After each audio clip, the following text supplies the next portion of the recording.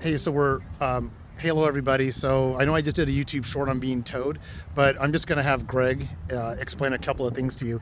We did calculate the miles, and we were almost 500 miles on this. So, Greg, so what are we looking at? A faulty tube. It wasn't a pinch thing. It literally is the seam is coming apart. And this was a tube that they provided, correct? Yep. They had us. We had a tube in it, and we just said use it, but they said no, they don't want to put a used tube back in it, so they put a new one in it, and no fault of theirs, but So, it's bad.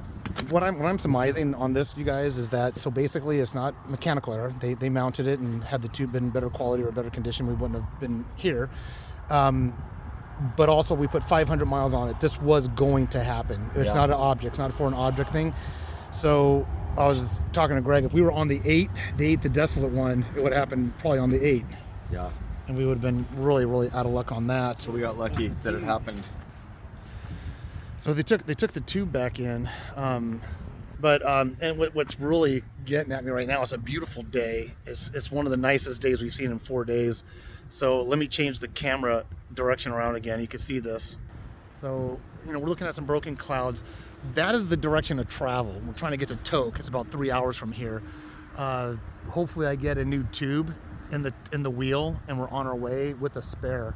I'm willing to pay for that. Now, as far as what's going to come out of my pocket, I don't know.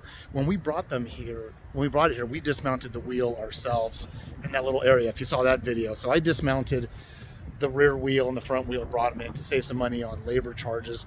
But I just don't want to take that amount of time and aggravation, because the front wheel, if you guys watch the front wheel came off pretty easy, off and on. Front wheel, no problem. The rear wheel is a real task to take on. So we just brought it straight in. Tow truck came, once again, AAA. Oh, I got to mention this to you guys. And I probably should do more of an in-depth video on it. But if you are north, if you have AAA, and you have to have the towing package for RVs, which will also cover motorcycles.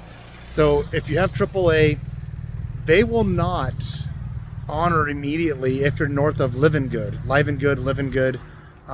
the Dalton picks up. That's the start of it. I did a video on that area. So where's the sun at? Okay, so if you're north of that, the tow guy was telling me it's $2,000 to $3,000 to get a vehicle towed from off the Dalton. So you're north of Living Good, they're going to come out there. This is going to be a $2,000-$3,000 charge to tow you back to Fairbanks. If you have AAA, what will end up happening, you pay out of pocket whatever it takes to get your bike to Fairbanks, and then you appeal to AAA and saying how much of this $2,000 to $3,000 is reimbursable from Living Good back to Fairbanks. Now, I've had AAA since 1988, and AAA has always been very good and cooperative. So I don't think that you'd be 100% out of pocket. You got to be prepared to pay that, which I think that just as an insurance policy, if you're going to try to do this Dalton Highway, you, number one, have AAA towing with the RV package, number one. Number two, make sure you got $2,000 to $3,000 if you need to get it towed out of off the Dalton Highway. And then you got to appeal or submit a form to AAA to get reimbursed the portion that they would have come out to take. And I believe they would. Reimburse you for that. Another little tidbit I'm going to give you too is from now on, no matter where you're riding, if you're going to be overnight, if you're going to be on a road for a couple of days, nothing seems to be waterproof, no matter, I don't care what they advertise. So I'm putting everything in just basically Ziploc sandwich bags, and these have worked 100% every time I used them. So I'm using it for my wallet and my money bag looking thing in there, and it's going in my thigh pocket. Even if I had my wet weather gear over these riding pants, I'm wearing the Jacksons right now, and I'm loving these. I'm loving these Jacksons. I left California wearing the Mojave, very mesh, very well ventilated, cool set. But I'm wearing the Jacksons. So those are my tips. That's where we're at. We will get on the road today. Tok will be our overnighter, but we're going to really stretch our miles and just want to get back to Washington State, and then we'll reassess some stuff there. That's just about it. I don't know as far as I keep going away from the sun. I don't know as far as to get a better picture, I'm facing the sun, and then it starts bothering my eyes. But I don't know what the situation is as far as getting a tube in. He came out here, the tech came out and took the tube back in. So I'm glad we were able to get that shot when Greg was explaining what was going on. So, safe environment. The hotel we stayed at, I think let me see if you can see it. Let me turn around. I think it's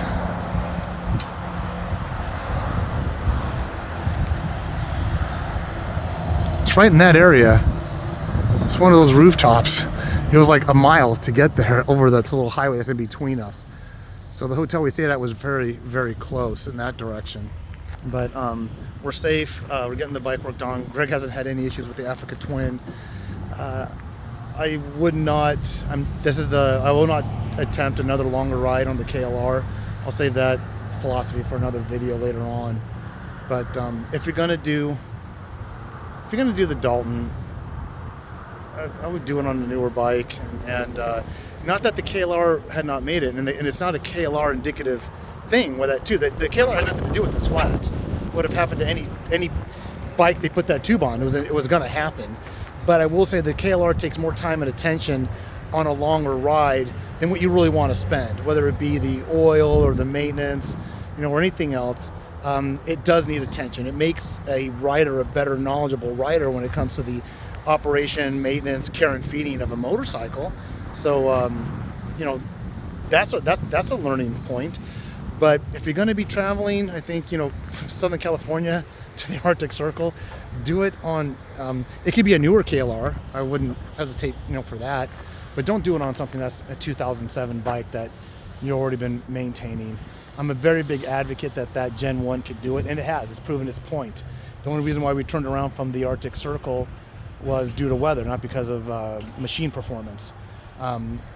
But every stop, I'm not traveling as fast. 70 miles an hour, 5,000 RPM or less. And it just takes a lot more attention for a long, long ride. I don't know how I'm going to keep the KLR, but if I were to do this again or any longer ride, I'm once again looking at that Honda Trans out, and I don't want to look at it too hard right now because I got other things on my mind just to get home. So that's where we are. That's where we're at. We're at Delta Power Sports, Fairbanks, Alaska. We've identified the issue. It was no fault of the KLR. We did not pick up a foreign object. It was a faulty tube, which would have happened to any motorcycle in any location. Fortunately, it happened right when I was checking in at the hotel, where we had a safe spot to stop and get dry and get warm. If this had happened as we planned and we were on the 8, which is called the Denali Highway, look that up. That's the same terrain and desolate, just like the Dalton, and there's 240 miles of that, I believe. Had that happened in between, this would have been a very much different video. So we're going to be staying on paved roads going through major towns until we get to the Cassiar Highway in Canada, which is when we leave Yukon going back into British Columbia, and it's also numbered Highway 37. We're looking forward to that. Also looking forward and just moving out of this weather. So thanks for following along. I haven't really shot up a video in a while other than that short I just did when they were towing it. And then some other people in the parking lot said, "Oh, we were following another motorcycle group going towards Mexico. We haven't heard from them. Hope they're okay." And they really got into watching it.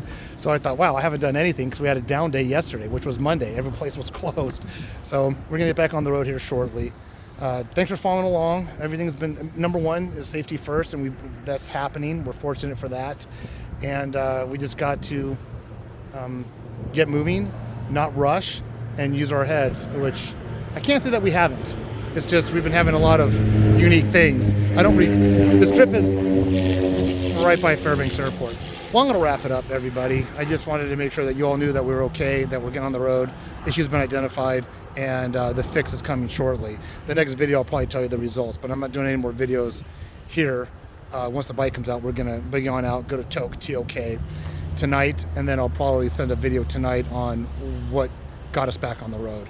Hopefully I leave with a brand new tube on the wheel and a brand new tube in my accessory kit. So I already have a front tube. I have a spare front tube I'm already riding with. I do want a spare back tube at this point. All right, take care, enjoy your day. And once again, if you have any questions, ask. I'm happy to answer. Bye.